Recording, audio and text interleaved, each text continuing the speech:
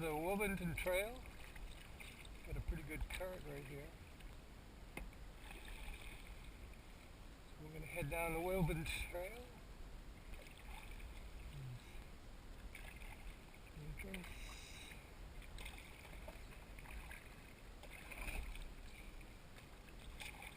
Here we go, in the trail, the Woverton Trail, named after Ed Woverton. Nice and peaceful in here, quiet, unbelievable.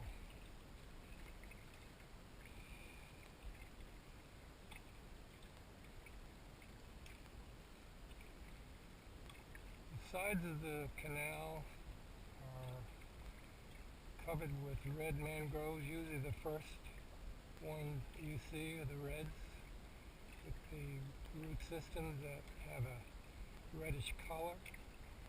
And also mixed in with them are some black mangroves. The white mangrove trees will be a little back further in drier land.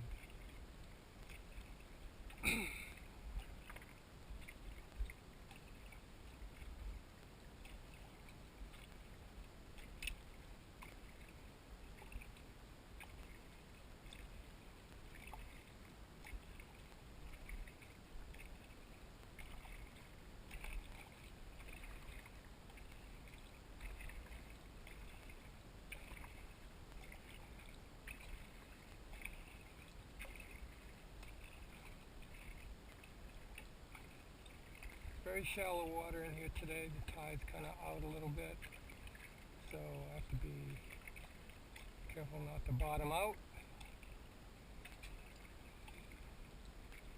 As you go along here, you'll see in the mangrove trees, you'll see little crabs, the mangrove crabs.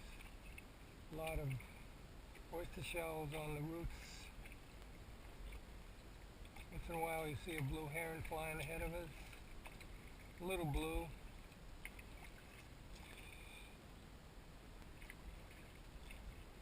It's up in the tree there.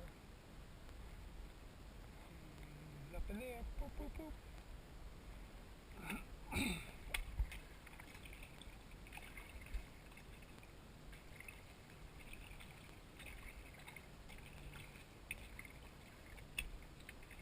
Every once in a while you can hear my paddle hit the bottom.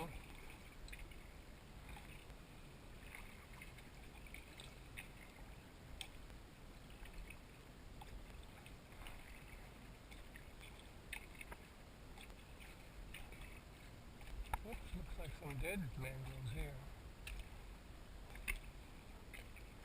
Sometimes in the wintertime when they get a cold spell, they'll lose their leaves and the trees will die. But they usually come back, some will replace it.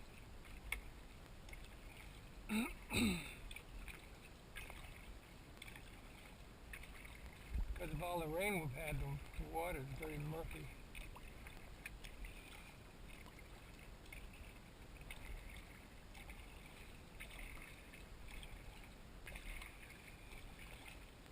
These canals were built, probably in the 1950s. The Corps engineers built them. I think they built them in many places in Florida, because I've seen some on the east coast of Florida. There's a lot of them that are overgrown now, so they're not open like this. We can thank Ed Woverton for keeping these trails open, because he worked a lot of years in trimming them so the canal stayed open. So we have a nice place to paddle.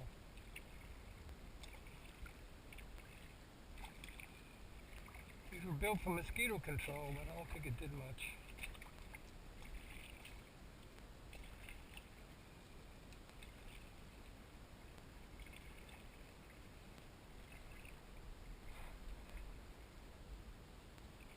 If you look at that root system sticking up there, you can see a lot of black mangroves.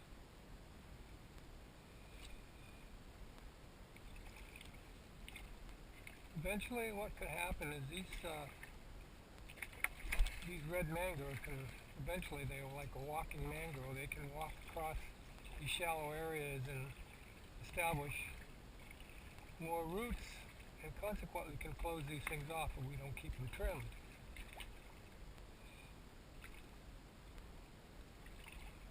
probably a lot more mangroves now than there were many years ago.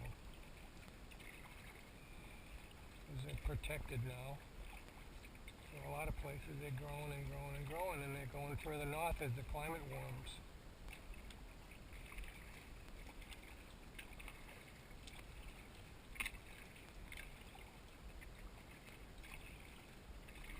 Coming down to the end of the first leg, there's about 7 miles of canals in here. You can paddle in here. Usually we only stay in them a little while. Come down here, take a left.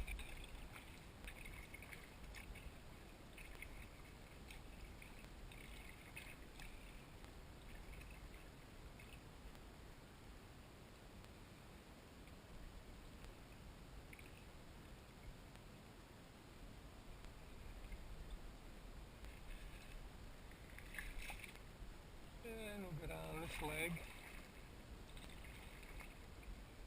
Very shallow, very... Have to take it real easy going through here because there's not a lot of water.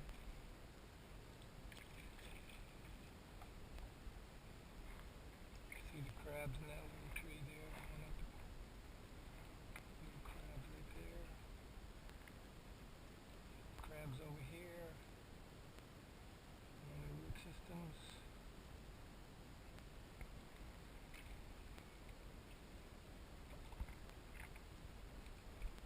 A lot of them run around the ground here because there's low water. And sometimes when we have these really exceptionally low tides, you can't even come in here. But right now it's just about enough water. And hundreds of crabs over there.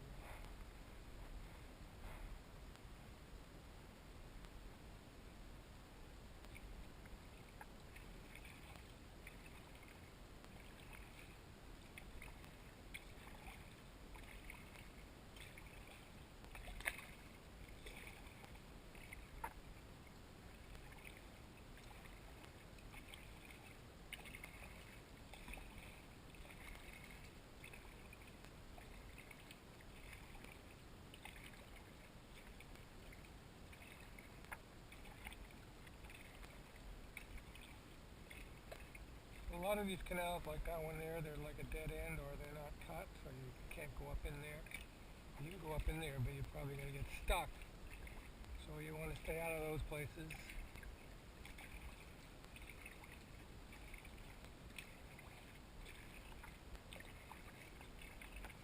On a really windy day, these are the great places to come into because you can go all the way over to Catfish Creek and be sheltered from the wind. Sometimes when we come back, we'll go out into Bull Bay, and coming back we'll cut in these canals to get out of the wind, especially out of the northeast or northwest wind.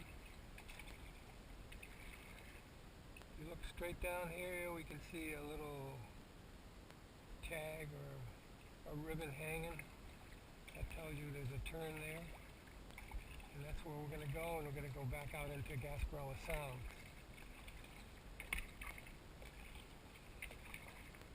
Tree coming up here that needs to be trimmed or taken out, so we have to get a work party out here and do some more trimming.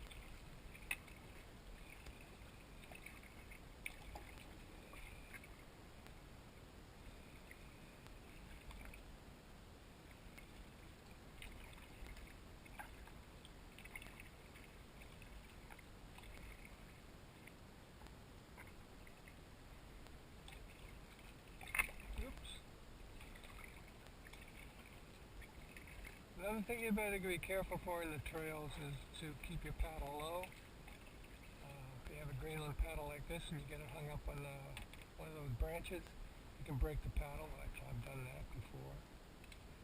Or if you're paddling with your blade, you can actually get you caught up so you'll capsize.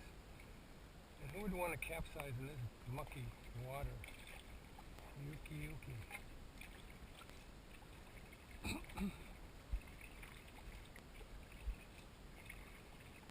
Some little fish jumping in front of me. Feed a fish.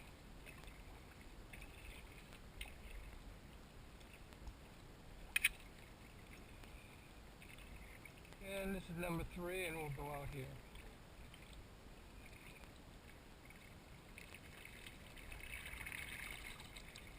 good stand of black mangroves on the left side here. You can look and see all those spindle-like things coming out.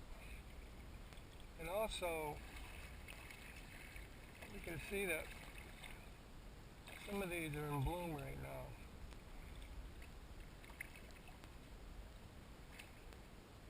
Or they're just about to bloom.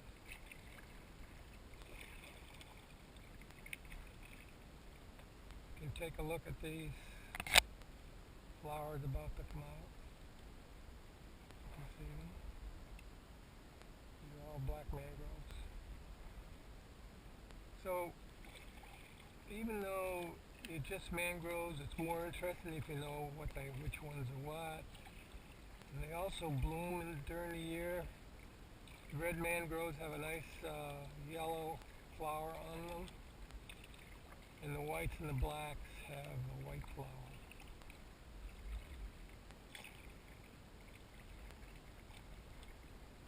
These reds are about to bloom.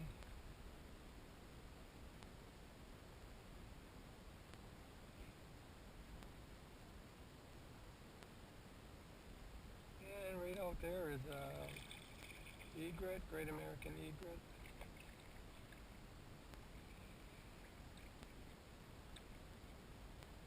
Looking for his morning breakfast or maybe his lunch. Over to my left is Boca Grande or Gasparilla Island. And you can see the old Causeway Railroad. And on the right is the fisheries.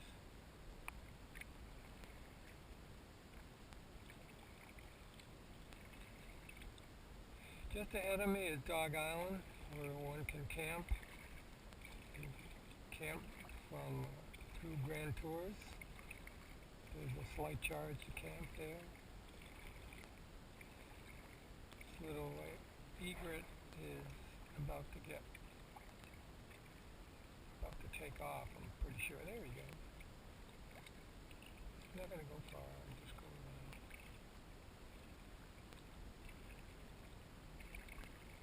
The beauty of paddling in Florida is that you see so much wildlife. You see all kinds of birds. Sometimes in the summer there's not as many birds, but in the wintertime we have many, many birds.